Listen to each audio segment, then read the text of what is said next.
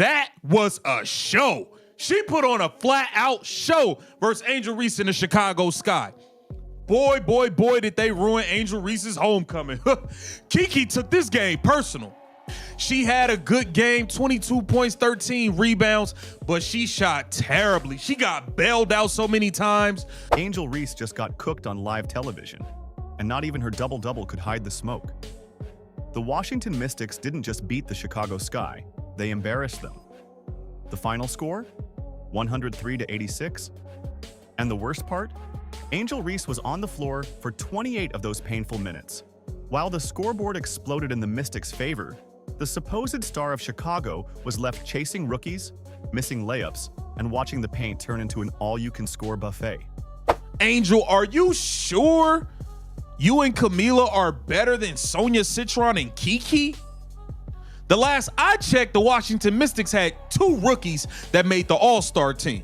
And boy, did they show why today. They took this matchup personal. Let's get the numbers out of the way. Reese had 22 points and 13 rebounds. Sounds nice on paper, until you realize the Mystics dropped 52 points in the paint. That's not just a defensive failure. That's an eviction notice for the Sky's interior presence. And Reese? She was supposed to be the anchor.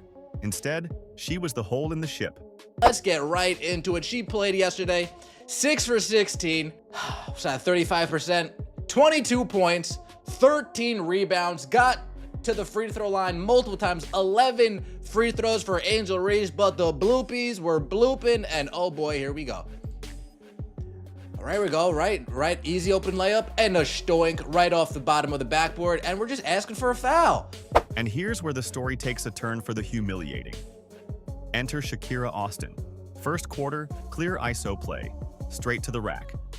She spins, scores, and throws the too small gesture right in Reese's face. Not in a practice gym, not in some dusty blowout. On national TV, with the announcers laughing, you could hear the tone shift mid-broadcast. They went from Reese's trying to Reese's dinner. It's one thing to get scored on. It's another thing to get mocked by your opponent and clowned by the commentators in front of everyone watching.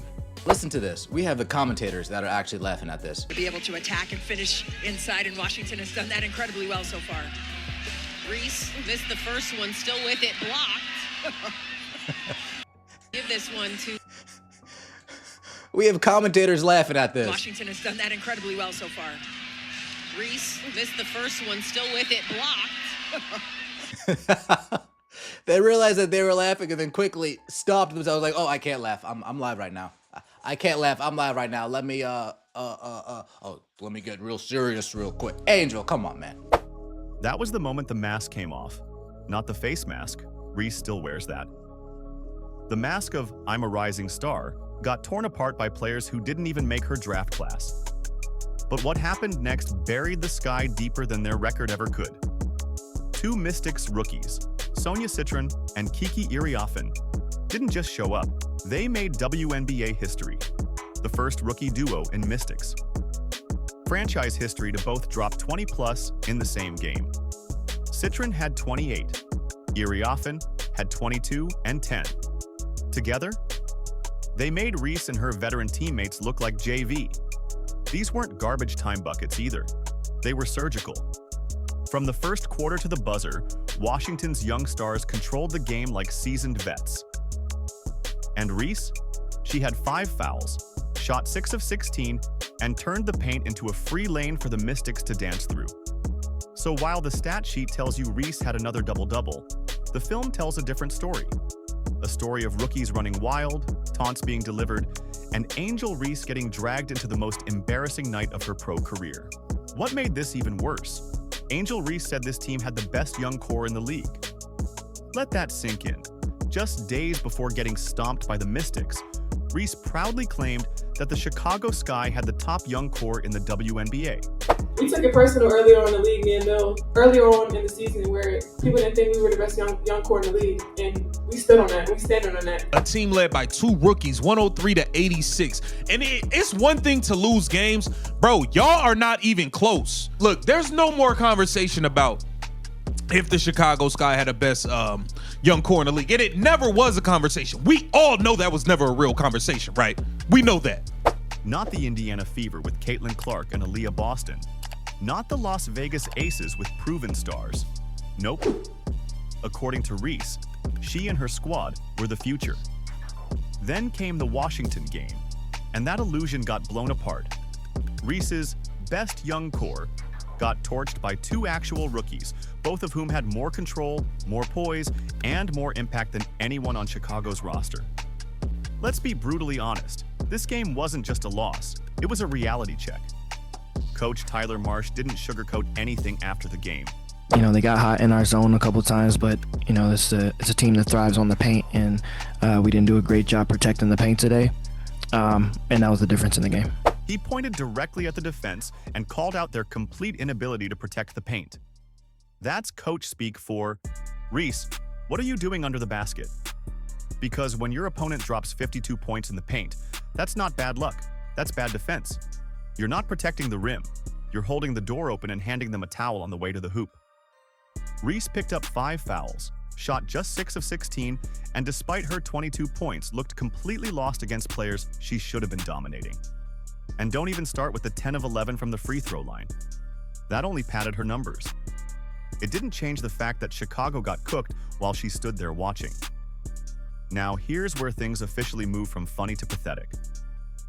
This wasn't even Chicago's worst loss of the season, not by a long shot. They've been losing by 20, 30, even 40 plus points. At this point, Sky fans are just relieved when the margin stays under 20. That's how low the bar has dropped. Imagine cheering for a team that loses by only 17.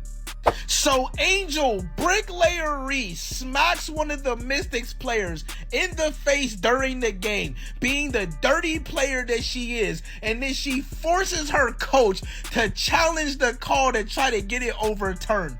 What kind of lack of basketball IQ? Tyler Marsh, you such a clown to sit up here and let this girl force you into wasting a challenge. This is why the Chicago Sky is a disaster and damn near in last place. It's giving lottery energy.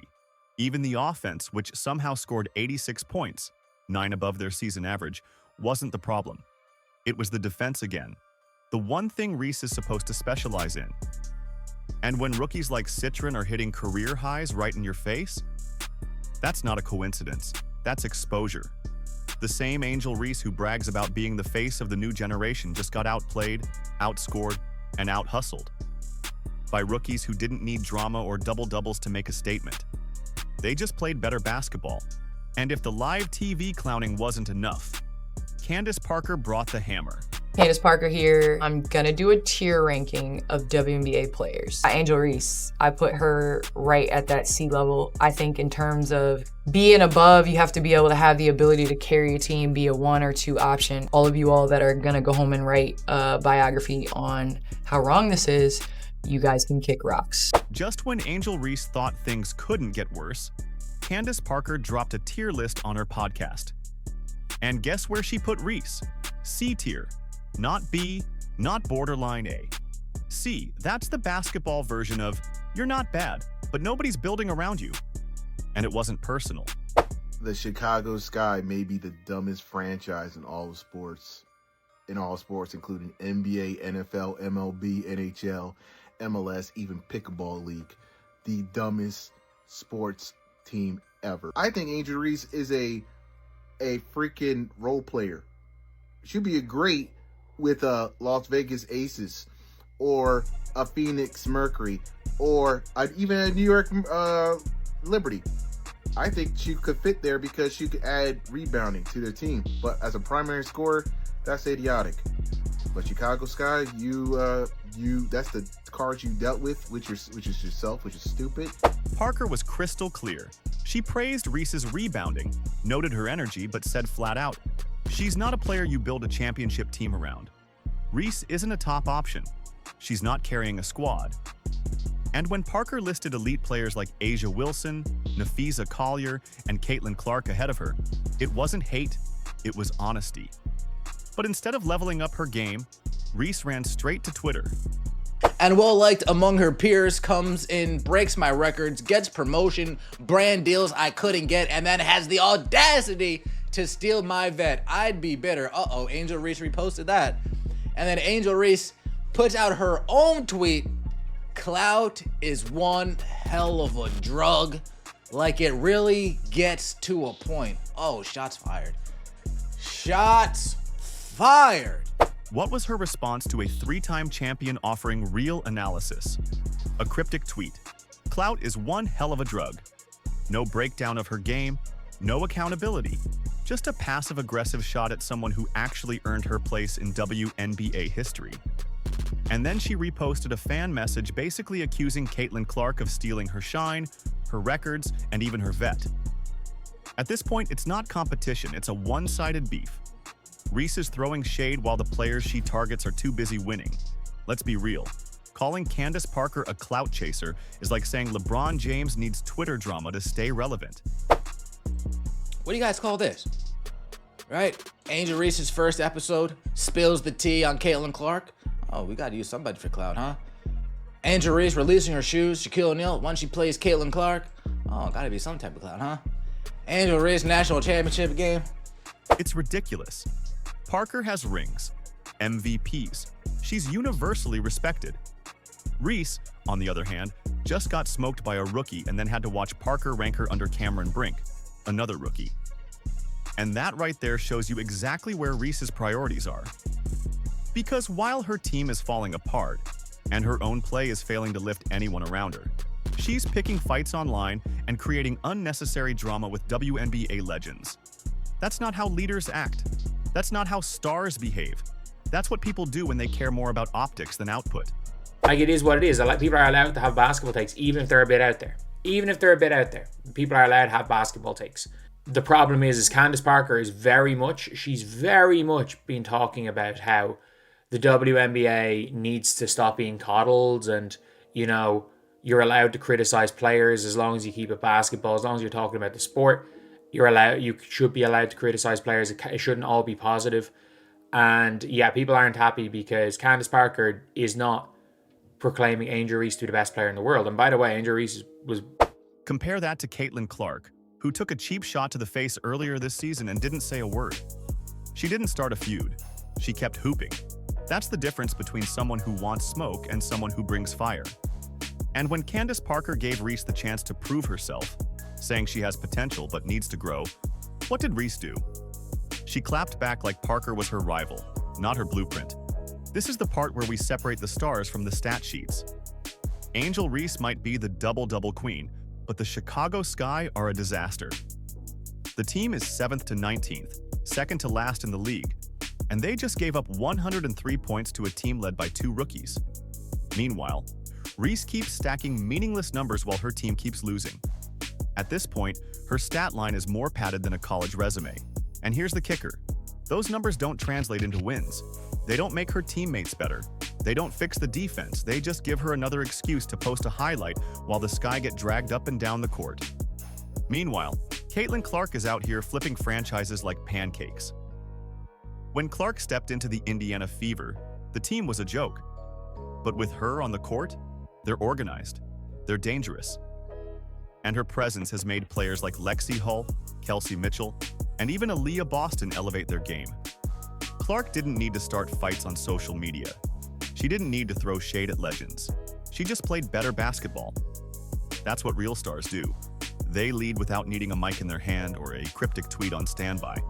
And when the Fever started winning, it wasn't just Clark getting the shine. Her teammates grew.